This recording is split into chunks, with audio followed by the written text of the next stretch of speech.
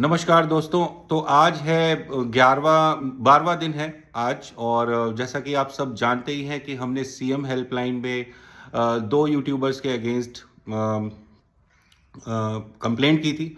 और last to last day उस पर कुछ एक्शन हुआ था। कुछ कॉल्स मेरे पास आए थे, पापा से भी उन्होंने अपडेट लिया। और उसके बाद शांति सी छाई हुई है और कोई भी अभी तक उस पर अपडेट नहीं है कि क्या कार्रवाई इन यूट्यूबर्स पे हुई। जिस तरीके का कंटेंट इनके यूट्यूब चैनल्स पे, इनके सोशल मीडिया चैनल्स पे आता है वो आप सभी लगातार देख ही रहे हैं। और कई चीज़ें उन्होंने उस कंप्लेंट के बाद भी की। तो आप देख सकते हैं जब शासन और प्रशासन सो रहा होता है तो एक तो इस तरीके के आपराधिक प्रवृत्ति के लोग एक आम आदमी को मॉक करते हैं और मजाक बनाते हैं कि भाई शासन प्रशासन तुम्हारा नहीं सुन रहा है तो लाओ मैं तुम्हारा वीडियो वायरल कर देती हूँ या कर देता हूँ। इस तरीके की चीज़ें की जाती हैं और एक डेमोक्रेटिक कंट्री में मजाक उड़ाया जाता है एक आदमी का।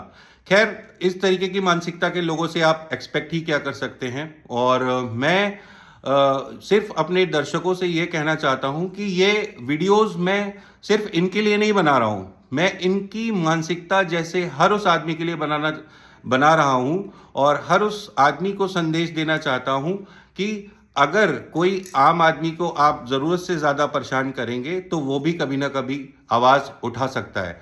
खैर, अब आज हम बात करेंगे कि आपने इन लोगों का कंटेंट तो देखा ही है, इन लोगों की भाषा, इन लोगों की शैली और जिस तरीके से ये पुलिस का मजाक उड़ाते हैं और शासन प्रशासन का मजाक उड़ाते हैं, वो सारी चीज़ें आपने देखी ही हैं। और किस तरीके से ये लोग मेरे परिवार को परेशान करते हैं ये भी आपने देखा ही है।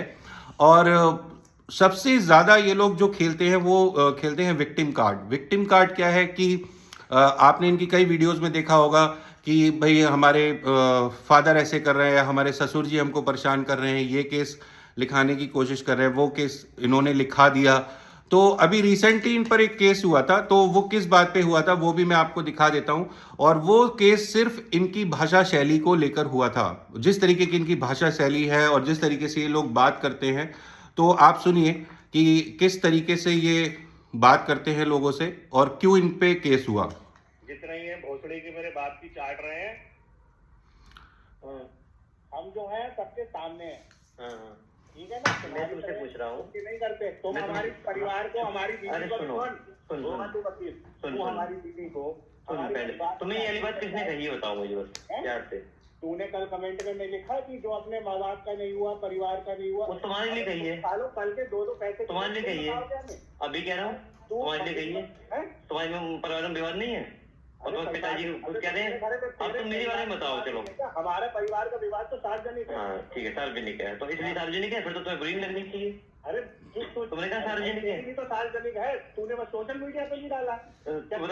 हाँ तो सार्वजनिक नहीं है ना। सवाल के साथ चली गई, ये बात क्या समाज में नहीं पता है लोगों को? ऐसा है, ऐसा तो किसने कही है बता, तो किसने कही है? अरे कुत्ते की औलाद, किसने कही तुझे? क्या कह रहा है? किसने कही तुझे ये बता। लग रहा है मुझे। और क्या क्या कह रहा है बता। तो ये किसने कही है बता पहले। क्या? तो आप इनकी भाषा शैली देख सकते हैं कि किस तरीके की भाषा शैली ये यूज करते हैं। एक प्रोवोकेटिव लैंग्वेज ये लोग यूज करते हैं जिससे कि सामने वाला प्रोवोक हो, इनको उल्टा गाली दे। और ये सबसे बड़ा विक्टिम कार्ड ये खेलते हैं कि तुरंत वीडियो, ऑडियो या कोई कमेंट भी अगर इनकी उस पर कर देता है तो तुरंत उसका स्क्रीनशॉट लेकर और पुलिस के पास पहुंच जाते हैं। और पुलिस और शासन प्रशासन इतना एक्टिव है इन लोगों के लिए कि तुरंत उस बंदे पर एफआईआर लिख जाती है। और फिर उसके बाद ये इनको एक सेटिस्फेक्शन फील होता है कि जब वो बंदा माफी मांगता है, क्योंकि देखिए ये जिस बंदे को गाली बक रहे थे ये तो वकील थे, ठीक है? तो वकील के ऊपर एक्शन इतनी जल्दी नहीं लिया जाता जनरली। तो वकील साहब ने क्या किया, इनके ऊपर एक्शन ले लिया। तो यहाँ पे कहानी थोड़ी उल्टी पड़ गई। लेकिन यहीं पर अगर कोई आम आदमी होता तो उसके साथ क्या होता वो भी मुझे पता है। उसके साथ ये होता कि ये दोनों जाते कि साहब देखिए ये हमको वो कर रहे हैं और हरास कर रहे हैं फ़ोन करके, इस तरीके की ये रिकॉर्डिंग है, ये सुनिए और इन पे इस बात का मुकदमा लिखाइए। और शासन प्रशासन इनकी इसलिए सुनता है क्योंकि यहाँ पे एक लेडी का एंगल है। ठीक है, वो लड़की सुबह उठती है, उसका काम नहा धो के ना पूजा करना ना मंदिर जाना, उसका सबसे पहला काम इन दोनों के दो ही ठिकाने, या तो कोर्ट कचहरी या थाने। तो इस तरीके की मेंटालिटी इनकी है लोगों को हैरास करने की। और क्योंकि महिला का एक एंगल आ जाता है तो शासन प्रशासन पे पूरा दबाव आ जाता है मुकदमा लिखने का। इसी तरीके से मुकदमा इन्होंने लिखाया कुछ हमारे समाज के युवाओं पे, जो लाइक 16, 17, 18 साल के लड़के थे। उन्होंने इन्होंने उनको प्रोवोकेटिव लैंग्वेज यूज करी, तो इनकी पोस्ट पर उन्होंने कुछ लिख दिया, ठीक है। और उन्होंने भी मतलब एक्सट्रीम केस में लिख दिया, और मैं उनकी भी गलती मानता हूं कि एक्सट्रीम केस में जाके उन्होंने वो चीजें लिखी। लेकिन जनरली क्या होता है, एक आदमी सोचता है कि भाई हमने लिख दिया इनको, अब क्या होगा, कुछ नहीं होगा, राइट। बट क्या हुआ, ये तुरंत वेट करते हैं कि कोई हमें इस तरीके से हमने प्रोवोक किया है तो कोई ना कोई रिप्लाई तो करेगा। तो जल्दी से कोई ऐसा कमेंट हो और ये उसका स्क्रीनशॉट लेके तुरंत थाने पहुंच जाते हैं। और थाने में पता नहीं कौन से ऐसे भाई साहब बैठे हुए हैं जो इनकी हर चीज को बिल्कुल तल्लीनता से इनकी शिकायत को लेते हैं, फिर उस पर FIR होती है, फिर उसके घर पुलिस तक पहुंच जाती है। देखिए हमारे बिल्कुल जो हमारा थाना है उससे हमारे घर की दूरी मात्र 4-5 किलोमीटर है। तो थाने से 4-5 किलोमीटर दूर लाइव अत्याचार हो रहा है, लाइव मतलब लोग परेशान हैं, घर वाले परेशान हैं, कॉलोनी वाले परेशान हैं, और छोटे छोटे बच्चे परेशान हैं, छोटी बच्चियां परेशान हैं, उनके ऊपर वीडियो बन रही है और वो सोशल मीडिया पे पोस्ट की जा रही है। वो शासन प्रशासन को और पुलिस को नहीं दिख रहा है। एक ये बहुत ही गंभीर विषय है जिस पे मैं आवाज उठाना चाहता था, वो नहीं दिख रहा है। लेकिन इन्होंने अगर कंप्लेंट करी तो यहां से पुलिस का एक्शन इतना तगड़ा हुआ कि कानपुर देहात में 4-5 लोगों के घर जाकर पुलिस ने उनसे बात की, उनका बयान दर्ज कराया और फिर उनको जमानत कराना पड़ा क्योंकि मुकदमा हो गया था। तो इस तरीके का प्रभाव, अब इस तरीके का प्रभाव आता कहां से है? इस तरीके का प्रभाव भी इन्हें हमारे परिवार से ही मिला है। क्योंकि जैसा कि आप लोग सब जानते ही होंगे, मेरे पिताजी थोड़े समय के लिए एक राजनीतिक पार्टी से जुड़े हुए थे। उस राजनीतिक पार्टी में उन्हें राष्ट्रीय उपाध्यक्ष का पद मिला हुआ था। लेकिन क्योंकि समाज की बात नहीं उठाई जा रही थी, हमारे समाज की बात नहीं उठाई जा रही थी, और एक बेसिकली जो कहते हैं एक ढर्रा बना हुआ है हमारे समाज में, हमारे समाज के नेताओं का कि गुमराह करना है, और लोगों को जो वोट बैंक है हमारा काफ़ी अच्छा वोट बैंक है, उसको बेसिकली किसी पार्टी को सेल कर देना या किसी नेता को सेल कर देना है, वही चीज़ें उनको वहाँ पे देखने को मिली। तो उन्होंने वो पार्टी छोड़ दी, ठीक है। तो क्योंकि वो पार्टी छोड़ दी तो वहाँ पे कुछ लोग ऐसे थे जो हमारे पिताजी के बहुत साथ में थे, हमारे पापा ने बहुत काम किया, और वो लोग भी आज भी समाज सेवा का काम करते हैं और पापा भी उनके साथ लगे हुए थे। तो उनमें से कुछ लोग ऐसे हैं कि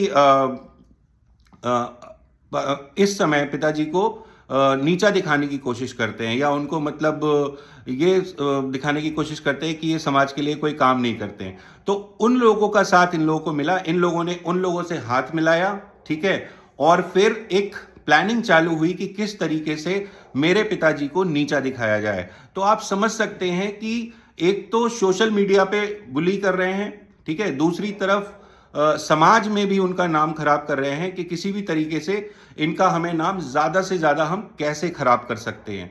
और इसमें 2-4 लोग ऐसे मिले हुए हैं जो इनको पूरा सपोर्ट करते हैं, क्योंकि जो वो राष्ट्रीय पार्टी के एक नेताजी हैं, वो मंत्री हैं इस समय यूपी सरकार में। तो वहां से फोन करवाए जाते हैं, वहां से चीजें चलती हैं, और बहुत सारी चीजें बहुत सारा सपोर्ट जो है इन लोगों को वहां से मिलता है।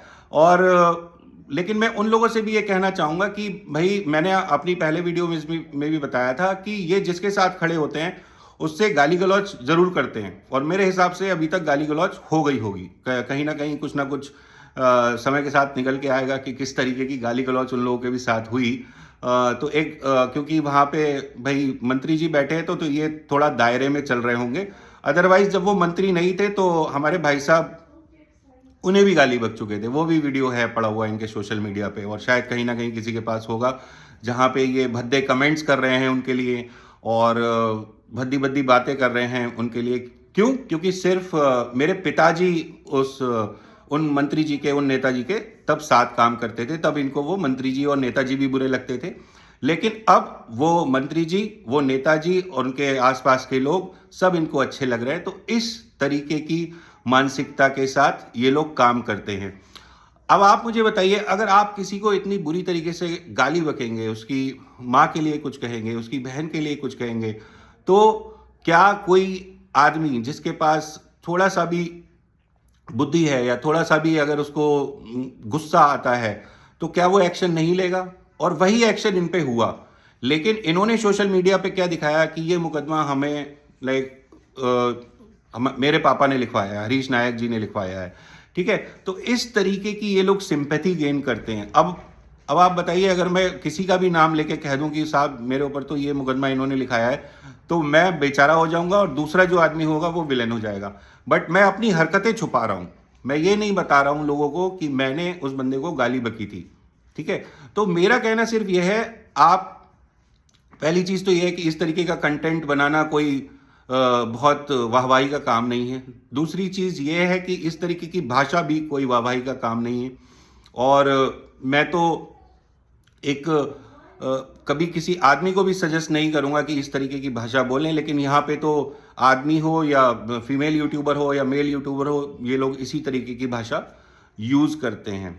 और तीसरी चीज ये है कि एक वर्ड हमारे कॉर्पोरेट में होता है कि रूथलेस। ये वर्ड मेरे जो मेंटर हैं उन्होंने भी बोला था। He told me that Abhishek I am ruthless, ठीक है। तो नाउ ये जो लोग हैं, ठीक है, रूथलेस समवेयर आप कनेक्ट कर सकते हैं कि निर्दयी, और कॉर्पोरेट भाषा में यूज होता है कि निर्दयी का मतलब कि हमें काम चाहिए तो चाहिए।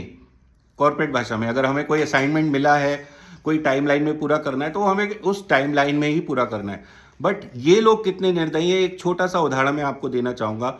जिन गिरीश नायक जी को इन्होंने गाली बकी थी उस दिन, उनकी छोटा परिवार है और वो एज अ शिक्षा मित्र जॉब करते थे।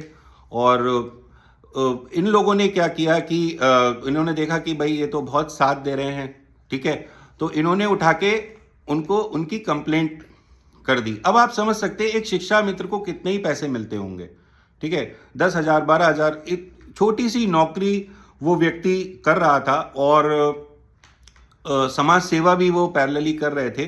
और उस व्यक्ति की शिकायत इन लोगों ने की और उनकी नौकरी को उन्हें उनकी नौकरी से निकलवाया, जिसमें उन मंत्री जी के कुछ नियर एंड डियर वंस का भी हाथ था, पूरा हाथ था उसमें, और उनको निकलवाया।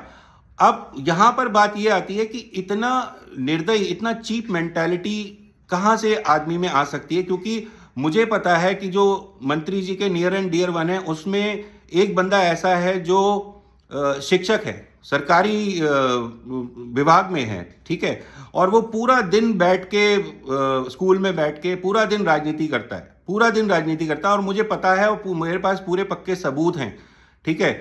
और अभी 2-3 महीने पहले कुछ नोकझोंक हो भी गई थी, लोगों ने मुझसे कहा भी, उसकी पूरी रिपोर्ट मेरे पास आई कि किस तरीके की चीज़ें ये लोग करते हैं और किस तरीके से वो शिक्षक बैठ के स्कूल में बच्चों के सामने राजनीति करता है, और वो भी अभद्र भाषा का यूज़ करता है, क्योंकि भाई राजनीति है तो लैंग्वेज तो एक फैक्टर है ही, तो वो भी अभद्र भाषा का यूज़ करता है। लेकिन मैंने सिर्फ ये सोच के कि भाई देखिए, उनके भी छोटे बच्चे हैं, उनके घर में भी छोटी बच्चियां हैं, ठीक है, और सरकारी नौकरी बहुत ही मेहनत से, किसी ने बहुत मेहनत करी होगी या वो उसके योग्य होगा, तभी उसको वो सरकारी नौकरी सरकार ने दी है। लेकिन ये लोग गरीब तबके के लोगों को, और जो लोग बहुत मेहनत कर रहे हैं, जो 10-10 12-12 हज़ार की नौकरी कर रहे हैं, उन लोगों को भी नहीं छोड़ रहे हैं, उन लोगों को भी ये लोग नहीं छोड़ रहे हैं। इस तरीके की इनकी मानसिकता है कि मतलब मुझे नहीं समझ में आता है कि आप जिसके छोटे छोटे बच्चियां हैं, पहले तो उनके बच्चियों को गाली बकते हैं, आप खुद गलती करते हैं, फिर उसके बाद अगर वो आदमी कुछ आपसे बोलता है या आपको समझाने की कोशिश करता है, तो आप उसके पीछे और पड़ जाते हैं, ठीक है, और इतना पीछे पड़ जाते हैं, इतना पीछे पड़ जाते हैं कि उसको अब समझिए आप, वो आदमी कैसे घर चलाएगा जो 10-12 हज़ार रुपए में अपना घर चला रहा था, तो वो उसके लिए एक एक रुपए की बहुत वैल्यू होगी। तो इस तरीके की हरकतें ये लोग करते हैं, इसीलिए मैं आवाज़ उठा रहा हूँ कि इन लोगों को रोकना अब बहुत ज़रूरी हो गया है। और जैसा आप लोगों से मुझे सहयोग मिल रहा है, मैं आपसे वादा करता हूं कि जब तक इस तरीके की हरकतें ये लोग नहीं रोकेंगे, ठीक है, मैं अपनी आवाज़ उठाता रहूंगा आप लोगों के माध्यम से, और कोशिश करूंगा कि ज़्यादा से ज़्यादा उन लोगों तक पहुंचने की कोशिश करूं जिनको इन्होंने परेशान किया है, कहीं ना कहीं प्रताड़ित किया है। और मैं आपसे ये भी निवेदन करना चाहूंगा कि अगर कहीं भी इन दोनों ने आपको प्रताड़ित किया है या आपको आपसे कुछ भी फाइनेंशियली या किसी भी तरीके का फ्रॉड किया है या कुछ चीज़ें की हैं, आप मेरे से संपर्क कर सकते हैं, ठीक है ना। आप मेरे से संपर्क कर सकते हैं, क्योंकि इस तरीके के लोगों को रोकना बहुत ज़रूरी है, और ये नहीं रुकेंगे तो ये खुद कहीं ना कहीं किसी दिन फंस जाएंगे बहुत बुरे, ठीक है। तो मैं बस आप लोगों से यही कहना चाहूँगा, और अपने सपोर्टर्स को भी बहुत बहुत धन्यवाद देना चाहूँगा कि आप लोग लगातार मेरी वीडियो देख रहे हैं, और मुझे आपके वीडियो देखने से, आपके मैसेजेस देखने से बहुत हौसला अफजाई मिलती है, बहुत मोटिवेशन मिलता है। और ये एक मुहिम है साइबर बुलीज के अगेंस्ट, और फैमिली बुलीज के अगेंस्ट, बेसिकली जो फैमिली में बुली करते हैं और फैमिली में कॉन्स्पिरेसीज करते हैं, ऐसे लोगों के अगेंस्ट एक मुहिम है जो मैं चाहता हूं कि हर घर तक पहुंचे। बाकी अपनी फैमिली में प्यार बनाए रखिए, और भाइयों के साथ, पिता के साथ, माता के साथ, बहनों के साथ, सबके साथ एंजॉय करिए, क्योंकि life is beautiful. Thank you.